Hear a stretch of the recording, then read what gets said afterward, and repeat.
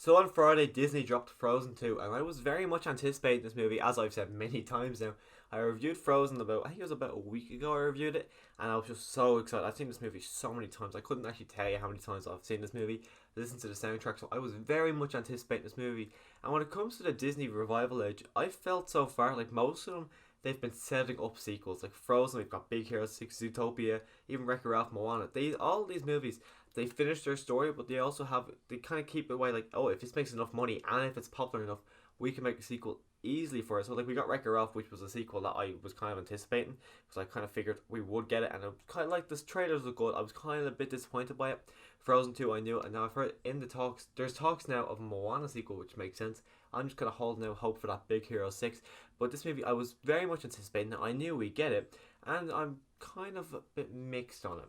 And probably the main thing I feel like I talk about every single time I talk about a new release from Pixar or even Disney is the animation. The animation in this movie was absolutely stunning. Like the water, like the scene when Elsa is underwater and when she pops up, it looks like it is an animated character within actual water. The snow itself looks all absolutely stunning. I just couldn't get over how beautiful the animation is. Even from going from Frozen to Frozen 2, the animation jump is just so massive. It's very noticeable in parts, but it's also not as noticeable. It just shows how good they are getting. Every day it just seems like they're progressing to such a point where it's absolutely phenomenal. And one of the big things about the first Frozen is the songs. Everyone knows them, everyone loves them. And the songs in this movie, I thought they were good. They were good. There was songs I really enjoyed. Like obviously, I can't remember. I think "Show Yourself" is probably my favorite one from the movie. It's kind of Elsa's kind of song, but I don't think it's gonna be the new "Let It Go." I think the new "Let It Go" is gonna be 100% Into the Unknown. I thought that was great. It wasn't my favorite, but I feel like after listening, I'm like, yeah, that is probably going to be the new Into the Unknown because they build up to it as a big break.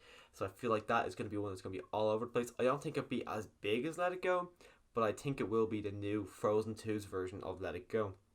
But they also have there's loads of songs in the movie. Like Olaf's song, it's as well. It's not as good as the first one, but it's pretty funny, especially how it plays out. The whole scenario with his song is kind of funny. I don't think Anna has any really standout songs. I think and then Christor, he gets a song and it's hilarious. The whole like the song itself is funny, and the way they decided to actually show the song, how it's filmed, it's not something I was really expecting from a Disney. This is something I would have expected from say a DreamWorks, but because the way it's kind of like a mocking kind of way, and the fact that they had it in Frozen 2, I thought it was hilarious, and I really did not expect it. The song itself was good. And while we're on the characters, Elsa had a lot to do. It was very much an Elsa story, and I was kind of the sideline that had stuff to do, especially when it comes to Elsa. She wanted to be there with her sister the entire way.